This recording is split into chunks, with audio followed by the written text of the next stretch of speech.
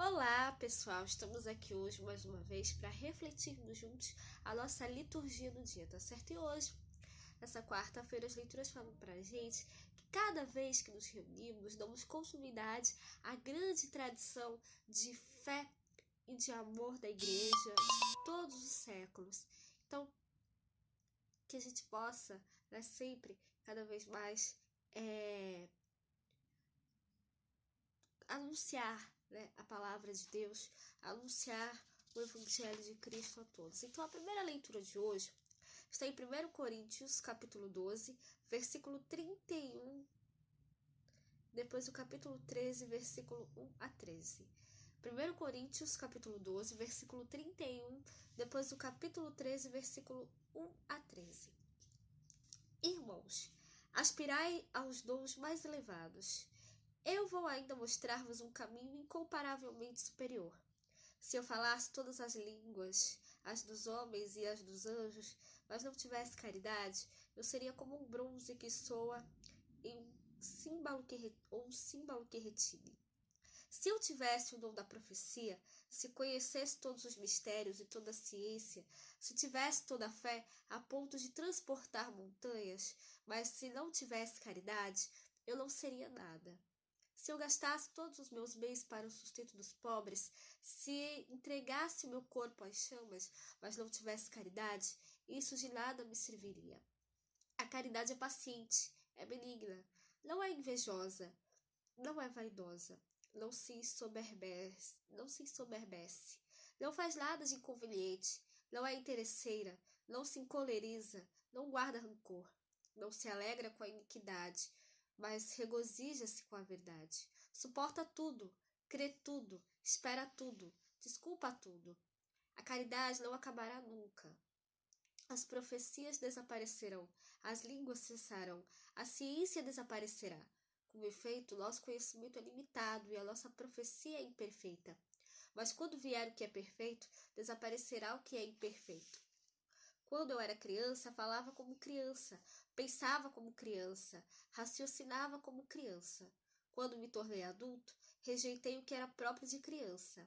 Agora nós vemos num espelho, confusamente, mas então veremos face a face. Agora conheço apenas de modo imperfeito, mas então conhecerei como sou conhecido. Atualmente permanecem estas três coisas: fé, esperança, caridade, mas a maior delas é a caridade. Então essa primeira leitura fala para a gente sobre a caridade, a importância, de conhecer a Deus, Quem ama conhece a Deus, porque Deus é caridade. Então, que a gente possa sempre nos ajudarmos uns aos outros, que nós possamos servir a Deus, e servir aos outros também com fé e alegria, tá certo? Que nós realmente possamos, sempre conhecer a Deus, amar a Deus sobre todas as coisas, ao próximo como a nós mesmos, e praticar sempre a caridade, tá certo? E agora, falando do Evangelho, hoje ele está em Lucas, capítulo 7, versículo 31 a 35. Lucas, capítulo 7, versículo 31 a 35. E naquele tempo disse Jesus: a quem, pois, compararei os homens desta geração, e a quem são semelhantes? São semelhantes aos meninos que, assentados nas praças, clamam uns aos outros e dizem: tocamo-vos flauta e não dançastes, cantamo-vos lamentações e não chorastes. Porque veio João Batista, que não comia pão nem bebia vinho, e dizeis: tem demônio. Veio o Filho do Homem, que come e bebe, e dizeis: eis aí um homem comilão e bebedor de vinho, amigo dos publicanos e dos pecadores. Mas a sabedoria é justificada por todos os seus filhos. Então, no Evangelho de hoje, Jesus queria indicar aos homens desta geração, a falta de coerência deles. A eles, Jesus enviava dois grandes profetas da vinda iminente do reino, João Batista e ele mesmo. Então, os dois tinham o que hoje em dia chamaríamos de estilos diversos de pregação. João era um asceta declarado, né? Jejuava rigorosamente e nunca bebia vinho, né? Os seus ouvintes usavam esses traços ascéticos para descartar as advertências de João, né?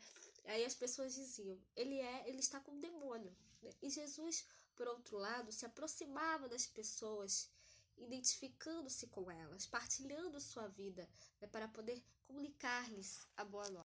Então, os ouvintes, eles usavam esses traços tão diferentes daqueles de João, né, para também descartar os ensinamentos dele, né? As pessoas diziam de Jesus, ele é um comilão e beberrão, amigo dos publicanos e dos pecadores, né? Infelizmente as pessoas pensavam nisso, né? Falavam isso dele, e Jesus os repreendeu por sua resistência, né? Comparando-os a crianças que nada ou ninguém podia satisfazer. Então, eles sempre encontravam uma justificativa para não prestar atenção nas coisas que Jesus diz, né? Mas, de fato, como ele explicou, né, Deus estava falando tanto por meio de João quanto por meio dele, né? Então, os dois, né, eram emissários, né? Os dois foram emissários da divina sabedoria, né? E nós devemos sempre ouvir os dois, né? Nós devemos sempre, né, colocar em prática os ensinamentos dos dois, né? João veio para preparar as pessoas para a vinda de Jesus, e Jesus veio concretizar o projeto salvífico de Deus para a nossa vida. Jesus é o Filho de Deus que veio para